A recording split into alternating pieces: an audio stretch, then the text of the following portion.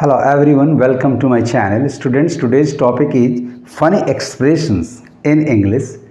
आइए टॉपिक शुरू करने के पहले इस वीडियो को लाइक कर लें, मेरे चैनल को सब्सक्राइब कर लें और साथ साथ बेल आइकन को प्रेस कर लें ताकि आपको लेटेस्ट नोटिफिकेशंस मिलते रहें. First funny expression in English is pell-mell. It is used in different parts of speech. First one, as a noun. As a noun, it means a disorderly situation or collection of things. एक ऐसी स्थिति या चीज़ों का संग्रह जो अस्त व्यस्त बेतरतीब ढंग से अराजक स्थिति में हो.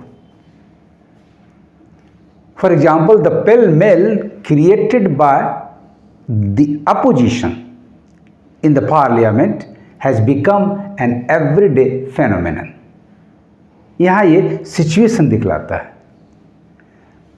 संसद में विपक्ष के द्वारा जनित अराजक स्थिति रोज की प्रक्रिया बन गई है.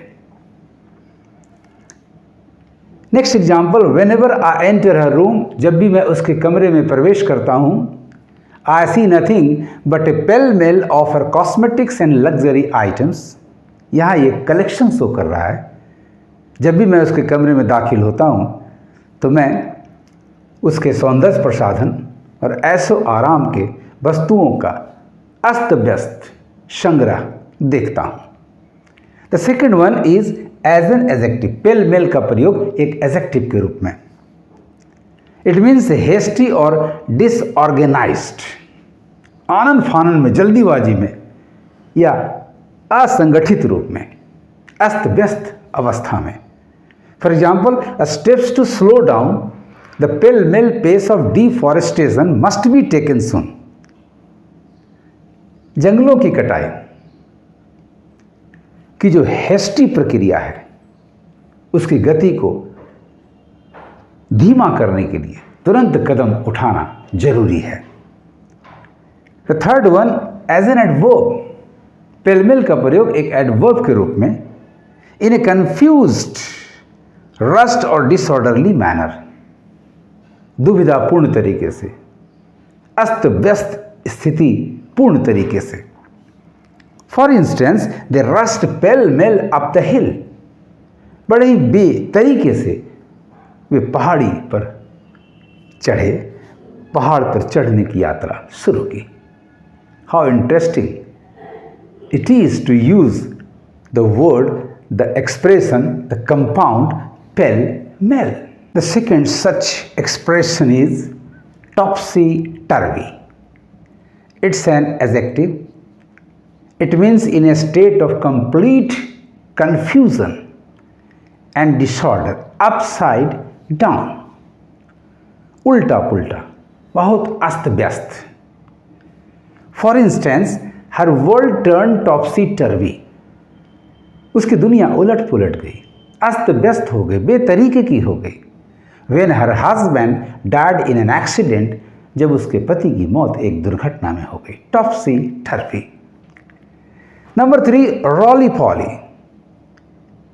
इसमें डबल एल का भी प्रयोग किया जाता है.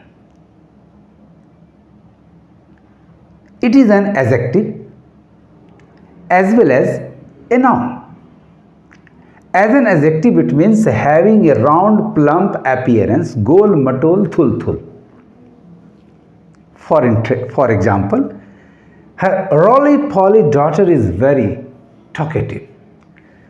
उसकी गोल मटोल थुल-थुल बेटी बहुत बातूनी है. As a noun, it means a pudding. एक तरह का भोज्य पदार्थ, एक पुडिंग है. Made of a sheet of sweet pastry covered with jam और fruit formed into a roll and steamed और baked. For example, the roly poly made by her is really very delicious. आपके मुंह में पानी आ रहा होगा. बाजार से आप खरीद कर इसको एंजॉय करें. The fourth funny expression in English is ding dong. It's a noun. It has got two meanings. First meaning a fierce argument और फाइट, एक भीषण तर्क वितर्क या लड़ाई। The second one is a silly foolish person, एक मूर्ख व्यक्ति। For example, they had a bit of A ding Dong yesterday, उनके बीच कल आपस में थोड़ा बहसा बहसी या लड़ाई हो गई। Number 2, second example, don't behave like a ding dong, मूर्ख व्यक्ति की तरफ बर्ताव ना करें। Ding dong is used as an adverb also, it means with simple alternate chimes of a bell, टन टन टन टन टन टन, घंटी की आवाज के साथ। The church bells go ding dong. Number 5, hocus pocus, it's a noun. It means a meaningless talk or activity typically designed to trick a person or conceal the truth of a situation. एक बेमतलब का बात या कोई काम जिसका उद्देश्य होता है किसी पर्सन को हम चाल में फंसा लें या किसी स्थिति की सच्चाई को छुपाने के लिए। The second meaning is words used by one performing conjuring tricks. किसी जादूगर जादू का ट्रिक परफॉर्म करने के लिए जो शब्द इस्तेमाल होते हैं उसे हम होकस पोकस कहते हैं, जादू टोना कह सकते हैं आप इसको। For example, he often indulges in hocus pocus and waste his time, वो प्रायः होकस पोकस में इंडल्ज करता है, बहुत ज़्यादा लिप्त रहता है और इस तरह अपने समय को बर्बाद करता है। The second example is the hocus pocus abracadabra is used by this conjurer. इस जादूगर जादू टोना करने वाले व्यक्ति के द्वारा होकस पोकस आबराकाडाबरा का प्रयोग किया जाता है।